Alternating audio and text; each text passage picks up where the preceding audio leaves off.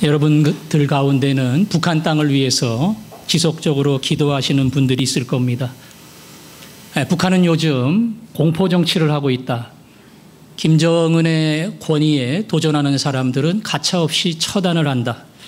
아시는 것처럼 북한 땅에는 자유가 없습니다. 마음대로 이동할 수도 없고요. 하고 싶은 일을 할 수도 없습니다. 곡식도 넉넉하지 않아서 올봄에 극심한 가뭄 때문에 내년에는 끔찍한 식량난이 올 것이다. 이렇게 예상하고 있습니다. 북한 땅의 많은 사람들이 이러한 고통을 받지만 특별히 지하교회 성도들은 숨어서 예배를 드리고요. 발각이 되면 노동교화소에 보내지거나 심지어는 처형도 당합니다. 이 모든 것은 공산당이 주관을 하고요. 그리고 김정은의 독재 정권 때문에 가능한 겁니다. 김일성이 죽을 때에 우리가 혹시 통일의 문이 안 열리나 그렇게 기대한 적이 있습니다. 그런데 김일성 다음에 김정일이 그 모든 권한을 물려받았고요. 김정일이 죽을 때에 3대까지 설마 되겠나? 아마 뭔가 이제는 기반이 쌓일 것이다 생각했는데 김정은이 또 물려받았어요. 말도 안 되는 얘기지요. 세상에 어떻게 3대에 걸쳐서 나라를 다스리는 독재 정권이 있을 수 있을까? 도저히 이해가 안 갑니다. 그래서 마음 한구석에는 빨리 김정은의 정권이 무너졌으면, 그리고 뭐 어떻게 해서든 간에 조금 심하게 말하면 쫓겨가든 죽든 간에 그렇게 김정은의 세력이 사라졌으면 하는 그냥 막연한 생각도 합니다. 그런데 건재합니다. 지금도 오히려 북한 땅을 흔들고 있습니다. 그때마다 마음에 질문하지 않을 수 없습니다. 하나님, 왜 70여 년의 긴 세월 동안 통일을 위해 기도했는데 왜 아직까지 문을 열어주시지 않는 겁니까? 옛날은 통일의 노래도 많이 불렀어요. 이제는 그 노래도 멀리 갔습니다. 하도 응답이 없으니까 기도는 하지만 과연 통일이 오겠는가 현실적인 감각이 안 와요. 그래서 답답함이 있습니다. 한숨이 나옵니다. 왜 하나님은 이 기도를 들어주시지 않는 걸까? 멀리 갈 것도 없습니다. 이 땅도 얼마든지 그런 일이 펼쳐집니다. 일제 치하에 일본 사람들에게 붙어서 권세를 누렸던 사람들이 해방을 맞이하고 또 다른 방법으로 이 땅에서 권력을 차지합니다. 독립운동을 벌이고 나라를 위해서 희생했던 사람과 그 후손들이 잊혀진 그런 불합리한 세계가 펼쳐지기도 합니다. 우리 주변에도 솔직히 말해서 이렇게 저렇게 하여간 부정하든 불의하든 길을 찾아가는 사람이 문이 열리고요. 거짓말도 하고 돈도 갖다 주고 돈도 받고 이러는 사람이 사업도 잘합니다. 그래서 그 모든 상황을 보면서 우리는 기도합니다. 하나님, 왜 저럴 수가 있습니까? 세상에 벌어지는 이 수많은 사건 속에 과연 하나님은 계시는가? 아니, 계시기는 하겠지만 그 하나님이 과연 공정하신 분인가? 그런 질문을 현실 속에 살아가는 우리는 안 할 수 없다는 겁니다. 오늘 73편은 똑같은 질문을 하나님께 던집니다. 하나님, 왜 그렇게 하십니까? 하나님, 어떻게 이럴 수 있습니까? 그 질문을 1절부터 우리에게 토로합니다. 오늘은 본문을 같이 보면서 제가 설교를 하겠습니다. 73편 1절. 하나님이 참으로 이스라엘의 마음이 정결한 자에게 선을 행하시나 하나님은 정직한 자에게 선을 행하시고 복을 주십니다. 그렇지만 2절, 나는 거의 넘어질 뻔하였고 나의 걸음이 미끄러질 뻔하였으니 그 말씀대로 안 돼요. 그래서 낙심하고 나는 미끄러지고 심지어 넘어집니다. 이는 내가 악인의 형통함을 보고 오만한 자를 질투하였습니다. 악인이 잘 돼요. 그래서 내가 오히려 부러워하고 질투합니다. 안 믿는 사람이 믿는 사람을 부러워해야지요. 어떻게 믿는 사람이 안 믿는 사람, 세상의 백성을 부러워하겠어요? 역전의 현상이 여기에서 일어납니다. 그들이 부러워요. 질투하게 돼요. 말도 안 되는 사건이 벌어지는 겁니다. 그들은 죽을 때에도 고통이 없고 잘 먹고 잘 살았어요. 가난하고 못 먹고 못 산 사람은 영양 부족도 오고 영양 실조도 걸리고 병도 잘 걸려요. 이 사람들은 편안히 살고 잘 먹어서 죽을 때도 편안합니다. 사고도 현장에서 일하는 근로자가 겪는 거지 사무실에서 일하는 이 화이트 칼라는 그런 고생도 없어요. 편안하게 생활하고 편안하게 살다가 편안하게 죽습니다. 그 힘이 강건하며 당연하겠죠? 웰빙 음식만 먹고 운동하고 건강 잘 챙기니까 몸도 다른 사람보다 훨씬 낫습니다. 5절에 사람들이 당하는 고난이 그들에게는 없고 사람들이 당하는 재앙도 그들에게는 없나니. 글쎄요, 시편 기자가 너무 일방적으로 보는 건가요? 아니요. 그런 일이 있어요. 제가 아는 어느 장로님도 우리 교회에 오셔서 한 15년 전에 설교까지 하셨어요. 아주 신실하신 장로님이십니다. 교통사고 났어요. 심각한 상황이 됐습니다. 교회 모든 사람이 그를 위해 기도했습니다. 너무 귀한 장로님이라서 결국 세상을 떠났습니다. 그렇게 기도하고 진실하고 귀한 장로님이지만 그는 세상을 떠났고 아기는 멀쩡하게 이 땅에서 잘 살고 있습니다. 그래서 그들은 어떻게 되느냐? 그러므로 교만이 그들의 목걸이요 강포가 그들의 옷이며. 교만합니다. 강포, 사람 함부로 대하는 그런 인물들요, 무시해요. 우습게 여겨요. 내가 많이 가졌으니까, 높아졌으니까 얼마든지 사람들에게 그렇게 합니다. 7절, 살찜으로 그들의 눈이 솟아나며 그들의 소득은 마음의 소원보다 많으며 생각한 것보다 더 벌어서 눈이 높이 올라갔어요. 그들은 능욕하며 악하게 말하며 높은 데서 거만하게 말하며 아랫사람, 가난한 사람, 힘없는 사람, 권력이 없는 사람 다 무시하며 그렇게 살아간다는 겁니다. 그들의 입은 하늘에 두고, 거기 2번 밑에 보니까 하늘을 뭐 한다고요? 대적하고 그랬지요. 하나님도 우습게 여깁니다. 내가 번 돈이야. 내가 이 자리까지 올라왔어. 하나님 도와준 게 뭐가 있어? 하나님도 함부로 여기고 함부로 이 땅에 대해서 말을 합니다. 그 정도 아닙니다.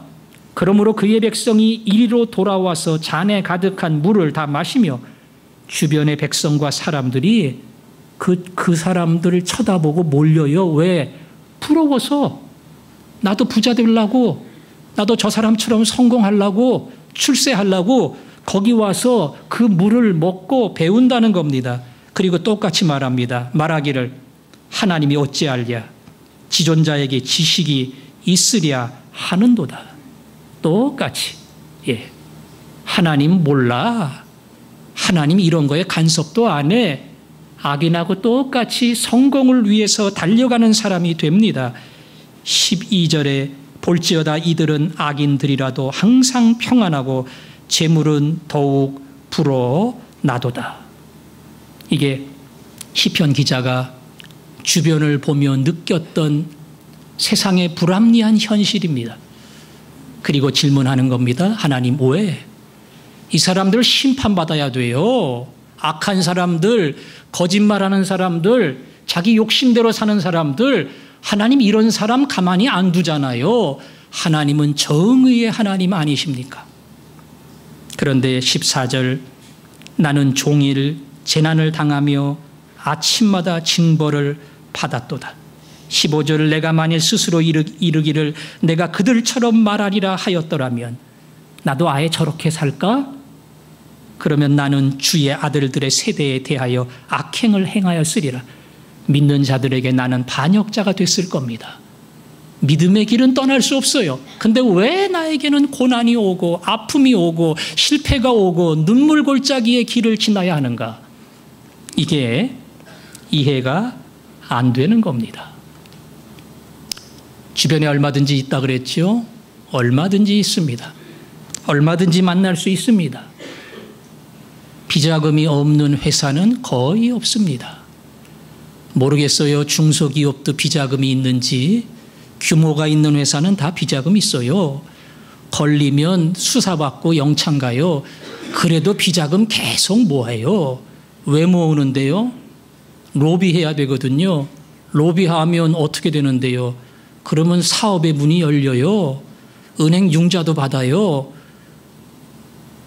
비자금 1억 쓰면 100억이 돌아와요. 그러니까 비자금 열심히 여기저기서 모으는 겁니다. 승진, 진급, 나는 진실하게 살았어요. 원칙대로 했어요. 땀 흘려 일했습니다. 저 사람 그렇게 안 했거든요. 맨날 손바닥 비비고요. 상관에게 잘 보이려고 그랬고요. 대충 일했어요. 근데 저 사람이 인정을 받았어요. 저 사람이 상관에게 점수를 땄어요. 그리고 승진했습니다. 답답하죠? 억울합니다. 학교 다니면서 공부도 못했어요. 요령만 있어요. 아이들에게 인기도 없었어요. 별 볼 일 없는 애였는데 동창회 갔더니 최고급 외제 승용차 타고 왔어요. 그리고 목에다 힘을 주고요. 부동산 투기하고 이것저것 돈 굴려서 꽤 부자 됐거든요. 친구들에게 말은 하지만 벌써 어깨에 힘이 들어가서 말하는 수준이 달라졌어요. 집에 오니까 속이 뒤집힙니다. 어떻게 저럴 수가 있는가? 나는 진실하게 살고 정직하게 살고 말씀대로 사는데 왜 나에게는 하나님이 갚아주지 않으시고 거꾸로 하나님이 치셔야 되고 맞아야 되고 그리고 무너져야 될 사람이 저렇게 번성하고 잘 되는가? 그게 오늘 이 사람의 탄식입니다. 오늘 이 사람의 고통입니다. 이 사람의 눈물입니다. 그래서 왜 하나님 이렇게 하십니까? 그러나 오늘 16절에 이렇게 말합니다. 내가 어쩌면 이를 알까 하여 생각한즉 그것이 내게 심한 고통이 되었더니 너무 힘들어요. 답이 없어서. 하나님의 성소에 들어갈 때에야 그들의 종말을 내가 깨달았나이다. 요즘 말하면 예배당에 들어가서 예배할 때에 73편은 아삽 찬양의 그 찬양대 역할하는 사람들이에요. 이 사람들이 예배를 드리고 하나님을 찬양할 때에 하나님이 주시는 깊은 깨달음이 왔어요. 어떤 깨달음이 왔습니까? 18절 주께서 참으로 그들을 미끄러운 곳에 두시며 파멸에 던지시니. 앞에 2절에는 내가 미끄러지고 내가 넘어질 상황이에요. 그러나 여기는 하나님은 악인을 미끄러운 곳에 그리고 파멸에 던지신다. 19절에 갑자기 황폐되었고 놀랄 정도로 그들은 전멸하였다. 순식간에 사라진다는 겁니다. 눈이 쌓였다가 따뜻한 태양이 비치면 다 녹잖아요. 그런 것처럼 대단한 것처럼 보이고 다 가린 것처럼 보이고 엄청난 것처럼 보이지만 하나님의 바람이 불 때에 반드시 정의로운 심판이 그들에게 임한다는 겁니다. 경남 기업의 회장이 자살을 했습니다. 총리가 그것 때문에 사퇴를 했습니다. 의롭게 살지 못한 사람, 세상의 방법대로 살다가 마지막이 저렇구나. 우리는 그런 생각을 합니다. 철권 통치를 했던 전두환은 사형 언도를 받았습니다. 세계 이집트의 30년 통치를 자랑했던 무바라크도 사형 언도를 받았습니다. 리비아의 가다피나 그리고 이라크의 후세인은 비참한 죽음을 맞이했습니다. 우리는 그 모든 상황 속에서 하나님이 일하신다고 하는 것, 그분은 결코 지나치거나 모른 척하는 분이 아니고 반드시 그분의 의로움을 드러내시는 분이라고 하는 것, 그것을 발견하게 됩니다. 그래서 20절 그렇게 말하지요. 사람이 깬 후에는 꿈을 무시함같이 주께서 깨신 후에는 그들의 형상을 멸시하시리이다. 꿈 같아요, 꿈. 꿈에서 돼지 나왔다고 부자 됩니까? 안 돼요. 하도 사장한테 구박을 받아가지고 꿈에서 사장 됐어요. 그 밑에 사람 막 구박하고 소리 지르고 이랬거든요. 깨면 꿈이에요.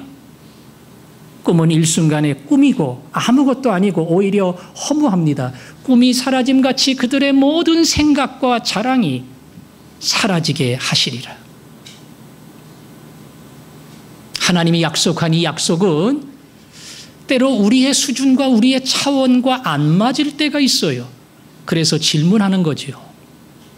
그 옛날 이스라엘 민족의 조상인 아브라함이 하나님이 타락의 도시 소돔과 고모라를 멸하시겠다고 말씀하실 때에 하나님을 가로막고 질문했습니다. 하나님, 아무리 타락한 도시지만 그래도 의인이 있지 않겠어요? 나쁜 놈만 골라서 치면 제가 말 안 해요. 그런데 통째로 그 도시를 멸하신다고 하니까 그 가운데 살아가는 의인들은 억울하잖아요. 하나님 그렇게 하신다면 하나님은 정의로운 하나님이 아니십니다. 그리고 아브라함이 질문 던진 게 그거 아니에요? 만일 거기 50명만 있다면 아브라함의 머릿속에는 50명 이상은 될 거야. 그래서 물은 겁니다. 50명만 있다면 하나님, 그 50명은 살려줘야지요. 그때 하나님의 대답이 그래, 네 말 맞아. 50명 살려줘야지. 안 그랬어요. 50명 있으면 내가 50명 때문에 소돔과 고모라의 모든 사람을 살려주리라. 그러니까 아브라함이 자꾸 내려간 거 아니에요. 나중에 하나님 10명만 있으면 살려주실래요? 그래, 10명만 있으면 내가 전부 다 살려준다. 아브라함이 생각하는 정의로운 하나님은 50명은 살려주셔야 되는 거예요. 그래야지 정의로워요. 그러나 하나님이 보시는 소돔과 고모라의 차원은 10명도 없어요. 거기서 구원받은 사람은 롯과 그의 2딸밖에 없어요. 다 멸망당했습니다. 우리가 생각하는 상식과 수준과 차원을 뛰어넘어서 하나님의 섭리와 하나님의 정의가 이루어집니다. 그래서 현실이 어렵지만 우리는 고백해야 됩니다. 하나님, 정의로운 하나님이심을 믿습니다. 꿈같이 쓸어가시고 갑자기 밀어내시는 하나님, 그 하나님의 심판을 믿습니다. 제가 세상 보고 하나님 판단하려고 하면 판단이 안 돼요.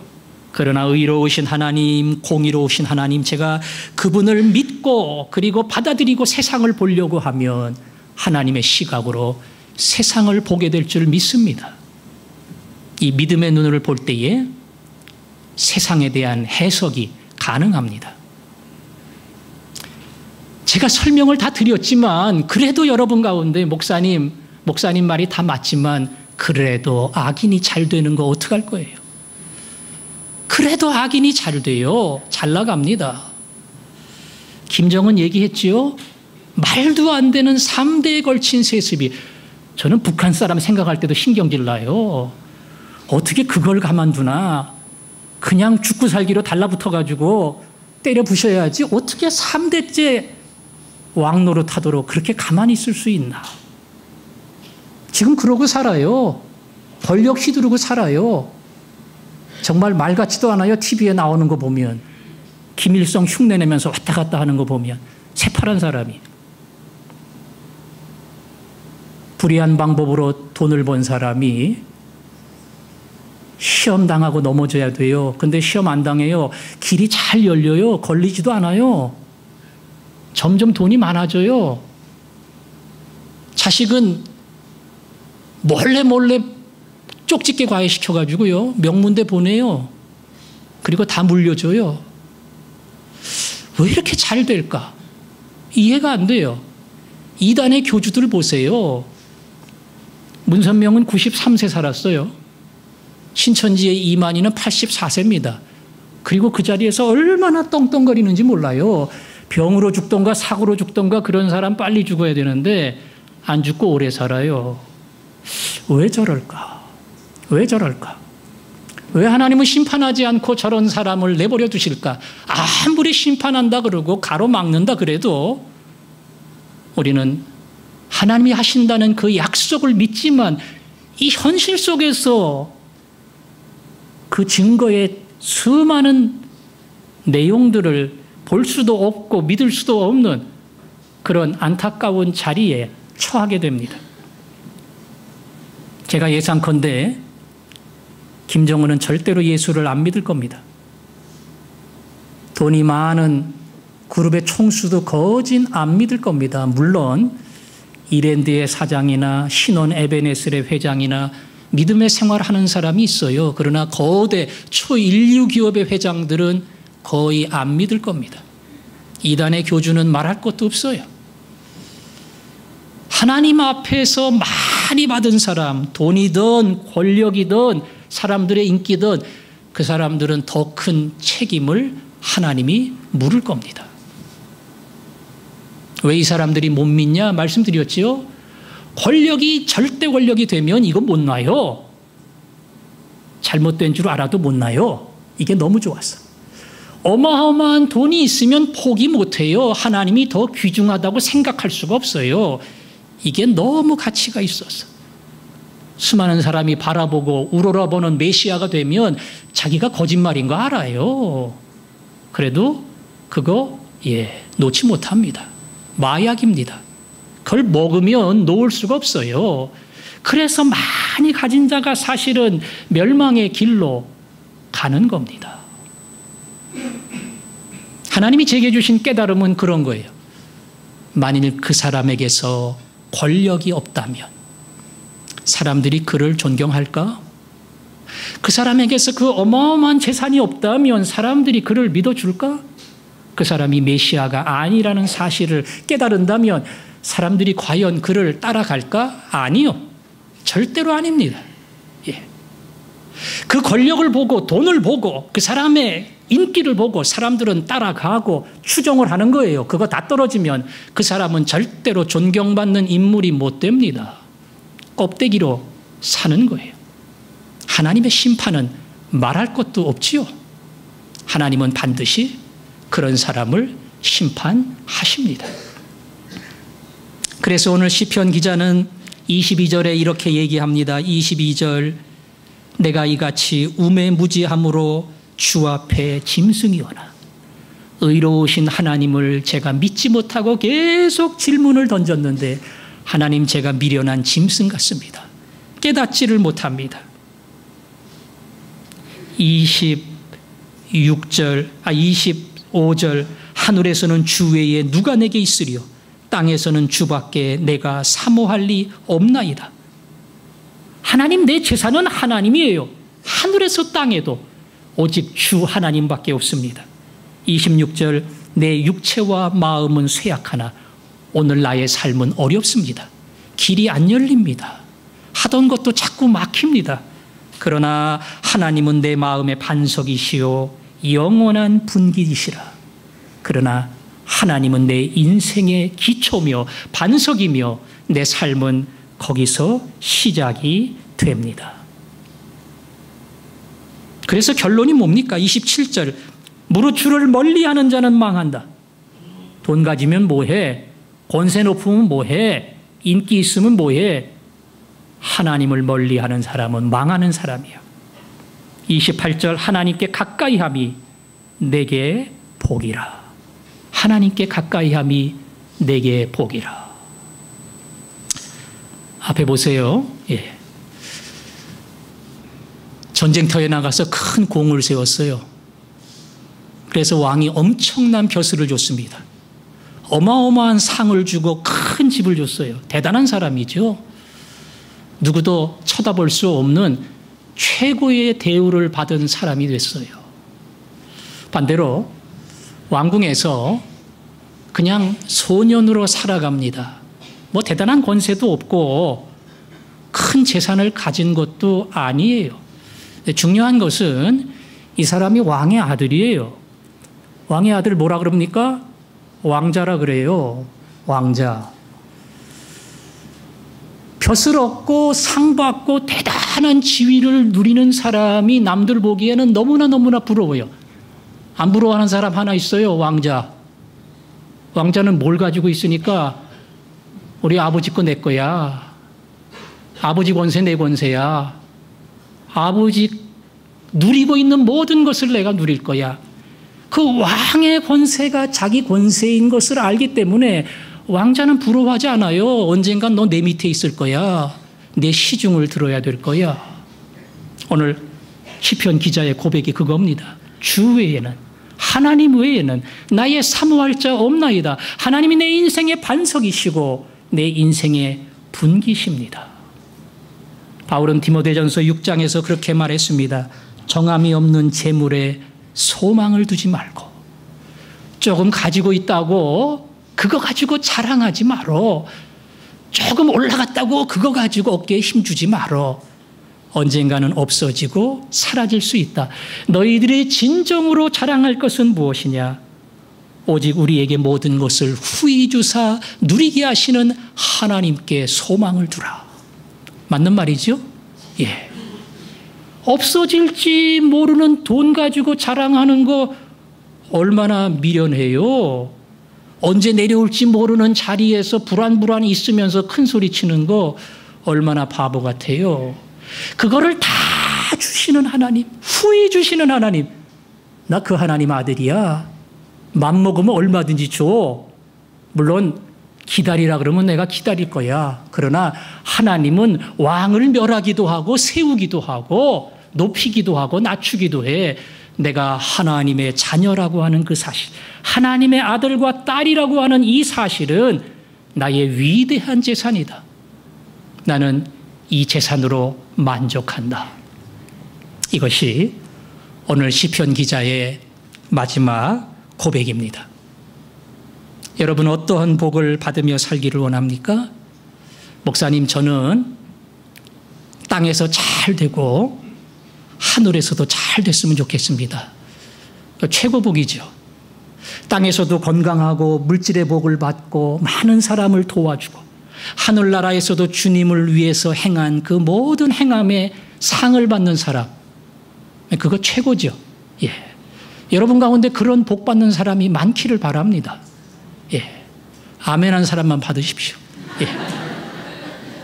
근데 하나님이 그거 좀 어려워. 왜냐하면 너무 많으면 시험이 오거든. 그러니까 2개 다 갖는 게 조금 힘들어. 너 이 세상에서 조금 많이 갖고 하나님 멀어지는 거 택할래? 아니면 조금 갖고 하나님 가까이서 살래? 이렇게 물어보면 조금 헷갈리나요? 어떻게 하는 게 좋을까? 까짓 둘 중에 하나인데 여기서 그냥 왕창 복 받고 그리고 조금 멀어져도 그렇게 살다가 고생하지 뭐 하늘나라 가서. 뭐 그럴런지 모르겠어요. 그러나 우리는 답을 다 알아요. 하나님, 다 지나간 거 아니에요? 그리고 풀처럼 사라질 거 아니겠어요? 하나님 없이는 아무것도 없습니다. 하나님 빼앗기면 아무것도 손에 남는 게 없습니다. 하나님이 있고야 물질도 있고 하나님이 있고야 권세도 있고 하나님이 있어야 자랑도 있는 거지. 하나님 없이는 그거는 내 것이 아닙니다. 이거를 우리가 인정하고 고백하잖아요. 그게 믿음의 사람들이 할 수밖에 없는 말이에요. 그래서 혹시 어려운 길을 가더라도 하나님, 오늘 73편에 나오는 그 사람이 나고 오늘 그의 고백이 저의 고백입니다. 조금 어렵고 힘들어도 하나님 옆에 가까이 가게 하시고 그 하나님이 나의 보물임을 알게 하시고 하나님의 모든 것이 내 것임을 잊지 않게 해주십시오. 기도하는 사람, 그것을 누리는 사람. 그래서 이 땅을 살지만 세상 보면서 원망하지 않는 거예요. 이해가 안 된다고 투정하지 않는 거예요. 나의 하나님 한 분만으로 만족하고 나는 계속 믿음의 길을 가고 하나님이 주시는 복을 누리고 그리고 이 땅에 오직 주로 인해 살아가는 행복자가 되리라. 그것이 저와 여러분의 고백이 되기를 바랍니다. 오늘은 뇌성마비를 앓고 있는 이 송명희 씨의 찬양을 같이 하려고 합니다. 이분은 나이가 40대 후반쯤 됐어요. 제가 부목사 시절 이분을 청년부에 모셔서 간증을 들었는데 뭔 말인지 못 알아듣습니다. 발음이 하도 꼬여서 엄마가 옆에서 통역을 해야 돼요. 그래야지 간증을 알아들을 수가 있습니다. 이 사람은 돈이 없어요. 학력도 없어요. 근데 몸도 뒤틀려졌습니다. 얼마나 억울합니까? 하나님 뭐 한 가지라도 주셔야지요. 돈 주시든가 나에게 학력을 주시든가 건강을 주시든가 왜 나에게는 아무것도 주지 않습니까? 저 사람 많이 가졌거든요. 저 사람은 다 누리거든요. 근데 왜 나는 이렇습니까? 그게 아마 이 송명희 시인의 안타까움이었을 겁니다. 그러나 오늘 그가 고백합니다. 재물이 없지만, 지식이 없지만, 건강이 있지 않지만 남이 없는 것 있으니 남이 못 본 것을 보았고 남이 듣지 못한 음성 들었고 남이 받지 못한 사랑 받았고 남이 모르는 것 깨달았네. 공평하신 하나님, 남이 가진 것 없지만 공평하신 하나님, 남이 없는 것 갖게 하셨네. 오늘 이 송명희 씨의 찬양을 같이 하면서 하나님 충분합니다. 나에게 주신 것으로 감사합니다. 만족합니다. 이것이 우리 모두의 고백이 되기를 바랍니다. 나 가진 재물, 나 가진 재물 없으나 남이 가진 지식 없으나 나에게 있는 건강 있지 않으나 남이 없는 것 있으니 나 가진 재물 없으나 남이 가진 지식 없으나